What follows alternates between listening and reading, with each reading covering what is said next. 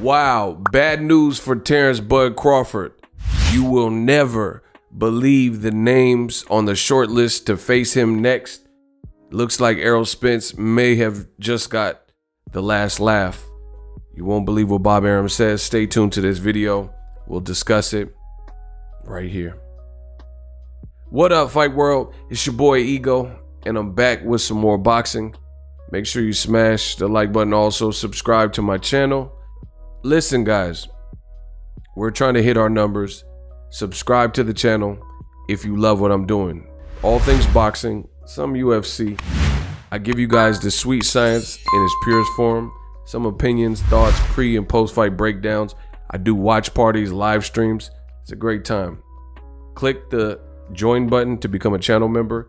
Click the subscribe button so you don't miss anything. And if you really want to stay up to date, and hit the bell notification icon so you don't miss a thing. Let's jump in today's content. Michael Benson, boxing reporter. He's one of the many people that captured this. Bob Arum was promoting the Tyson Fury fight, Deontay Wilder. Wilder said very little, kept it short and sweet. I made videos about that. Check that on the channel.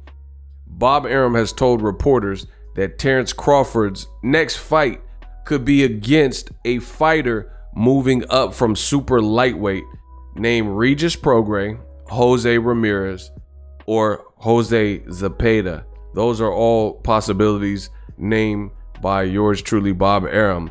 Terence Crawford, we gotta pick his next opponent. Wow.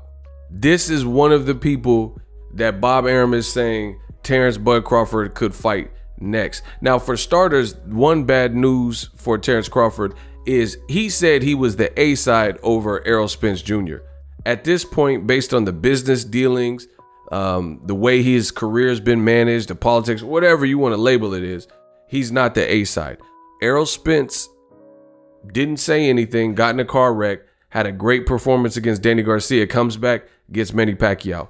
The same name that has eluded Terence Crawford, and Bob Arum has had several different reasons that he's put out as to why the fight didn't happen. 1 minute, Bob Arum says that he detonated the fight and he made sure that he didn't want to see Pacquiao get hurt, so he made sure Crawford didn't get him. And for whatever reason, he's changed it, and he said Crawford would hurt him. Then he blamed something else. Then he says the money in Qatar wasn't. No, he said in Qatar, it's so many different variables and things that were said. I'm just quickly rehashing them.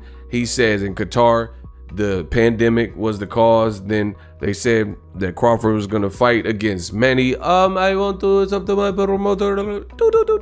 They said he was going to fight in Abu Dhabi. Then they said they had it all done and ready to go.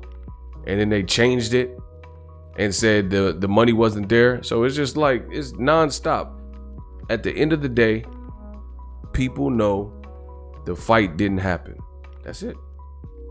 As a boxing fan, you know the fight's not happening, period. So they could say whatever. All we know is Errol Spence is fighting.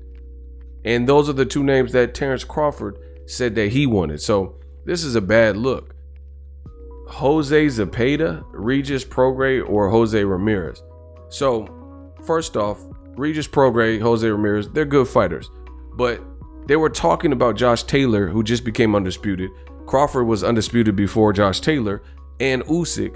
And Crawford, at the time, he didn't. Josh Taylor probably has the better names because he came at a point where he could get Regis Prograis, Jose Ramirez. He also fought Victor Postal, just like Terence Crawford, etc. So Josh Taylor was fortunate in that regard. Josh Taylor, the people I just highlighted in pink, he also holds wins over both of those names, Regis Prograis and Jose Ramirez. Regis in the World Boxing Super Series, Jose Ramirez recently on ESPN against Josh Taylor. He just lost, got dropped, I think it was 2 times in that fight, and became undisputed. Then Josh Taylor called him out. So why would 2 guys that Josh Taylor beat, when they were saying Josh Taylor, so they might be trying to save Josh Taylor for Teofimo? If Teofimo moves up, I'm not sure. Teofimo just canceled his fight. They said he has the Rona, which is a whole nother situation. But conveniently, after he extended his contract pretty much by amending his contract so they could raise his premium, raise his his minimum wage and working a possible pay-per-view deal and all this. And then conveniently days later, after that contract was rehashed and renegotiated, after this amended contract, now all of a sudden Teofimo pulled out of the George Kambosos fight on Triller. But needless to say, Regis PROGRAIS Josh Taylor, he lost to him. It was a close fight, and he lost in the UK. Jose Ramirez recently lost. And then Jose Zepada, he already lost to Jose Ramirez, and he just fought on that same Josh Taylor Ramirez card, and he didn't even look good. He fought against HAMMERIN Hank Lundy, and some people argued that HAMMERIN Hank Lundy won the fight. So you have to be sweating bullets if you're Terence Bud Crawford, because this doesn't sound appetizing. How on earth, you could be the biggest Crawford fan, you could be Shakur Stevenson, we're just going with the facts. How on earth can Crawford survive off his accomplishments at 35-40 and not get no top welterweight names in prime? Amir Khan, he was like 2 fights removed from a nasty Canelo knockout. Before that, he lost to guys like British Prescott and Danny Garcia. So it's like his career is totally almost stagnated with the level of competition, you know? And you have to be very stubborn and thick or biased to not recognize this. Now, I don't know what Terence Crawford will decide to do in October, but what I do know is he doesn't have the A-side leverage, if we're being honest. Will he re-sign to Bob Arum, the guy who threw him under the bus? I don't know. That's up to him. But even if he tries to go to MTK or Eddie Hearn, what real options do you have there? So it's looking bad. Like, if you sign to one of them, it looks like you just complacent, you know what I mean? And you're not getting none of the fights you want, so you're just trying to get max paid to fight the mean machines of the world and things like that. But that's not what Crawford said he wanted. He said he wants to show he's the best and be undisputed in a new division. So I don't know. Maybe the Errol Spence fight could happen in the future after the Pacquiao fight, but either way, it might not happen unless Crawford comes to the table and bows down and takes the smaller pot. This is just the way boxing has always worked. That's like Billy Joe Saunders trying to punk Canelo Alvarez and pretend he's the A-side. I mean, you can't really do it. The closest he did was the whole fiasco with the ring and, saying the ring was too small or whatever. And that's just because you had them jammed up because it was fight week. But if Crawford doesn't come into the negotiations with Errol Spence, should he beat Pacquiao realistic, I don't see how he'll make the fight, because PBC, they just got a ton of fights that they can continue to make. They can make, depending on how the Pacquiao fight looks, maybe make a rematch to that, make a Sean Porter rematch. Although Errol Spence has said he doesn't want to fight Keith Thurman, maybe Al Heyman, or if they want, they can change his mind. You got your Dennis Ugas, right? You got some different options. You got Jesus Ramos, do a fight in Texas. Or you got too many options. Stanionis or Jaron Ennis, he just got promotionally free, from the dispute he was in. But either way, I really don't know what Bud is going to do. And it's looking like slim pickings if his options are all 140-pound fighters, and not even the top dog. They might feed him to Teofimo and let Teofimo try to beat Josh Taylor. But either way, I don't like the way this is looking for Terence Crawford. Be realistic in the comment section. If you're a true boxing fan, you should be able to be realistic. Tell me that the Kell Brooks and the Amir Khans and Mean Machines and a shot Jose Benavidez, tell me those are the fights that is going to put him into the welterweight Hall of Fame. I want to hear somebody make this argument. And, Bernie, who's Crawford's man, has spoke out on this, and he says, oh, the politics, everyone's against us. Whatever the situation is, to me, I don't see the welterweight. He's not being able to do what he's been able to do in previous divisions. And that's just he's devoid of the type of competition that really solidifies him. And then every single time there's a great fight, like let's say Sean Porter or Keith Thurman, Bomac said, Keith Thurman ain't got no damn belt. He told that to the Boxing Voice. And then you fought Kell Brook, he didn't have a belt. Amir Khan didn't have a belt. Mean Machine didn't have a belt. You know what I mean? Or Sean Porter, he's pretty much lowball. He's not going to do the fight for $1 million, but that's what Bob Arum told to Barbershop and put out there. So I don't know. You let me know how Crawford can bounce back in terms of being the A side. It's like PBC or bust at this point, because you need a PBC guy to be your contemporary. You can't just this is not NBA 2K. You can't just not fight any of the names the fans are demanding of you, and those are the guys that are your contemporaries, and then really expect to call the shots. I really don't see it. And Bo Mac, I don't know what his deal is with Top Rank. Maybe he has some kind of side arrangement through Top Rank where he keeps Bud on Top Rank. He makes more money or gets to commentate. I mean, I don't know. I don't know what the arrangement is, but it's fighting guys like that Danny Garcia beat years before, Canelo beat, or guys like Kell Brook where Errol Spence and Golovkin had already beat him. I just don't see how that on earth that's going to get him into the promised land and the Hall of Fame of welterweights.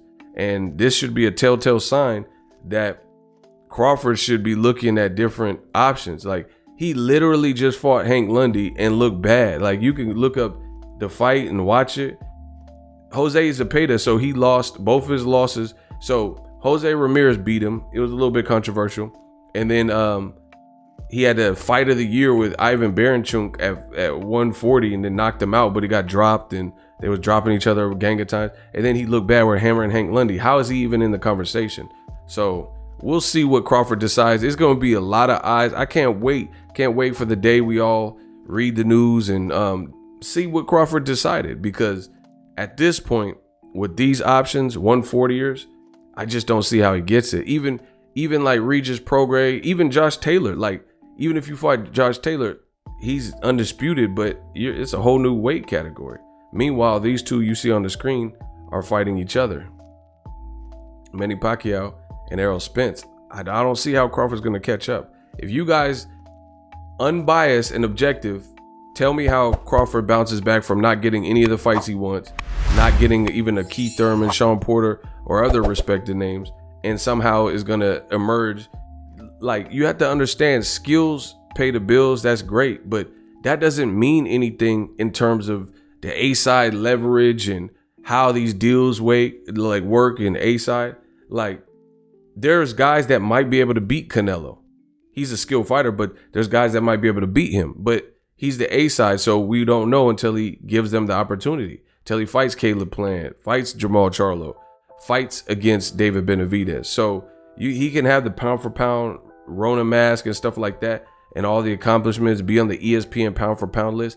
But those things, they can't save you from the business side of boxing. And everyone seems to see this but Crawford.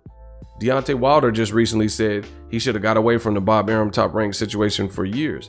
And people are crying out for help, but Crawford seems happy or whatever. So I'm gonna wrap the video up here because I don't know what he'll do next, but we shall see. We shall see. But when your promoter, your current promoter, until further notice, is saying that you may fight against 140 pounds, that shows you don't have options. In addition, he just threw you under the bus and really said that you don't sell for him, and he's losing money on your last several fights.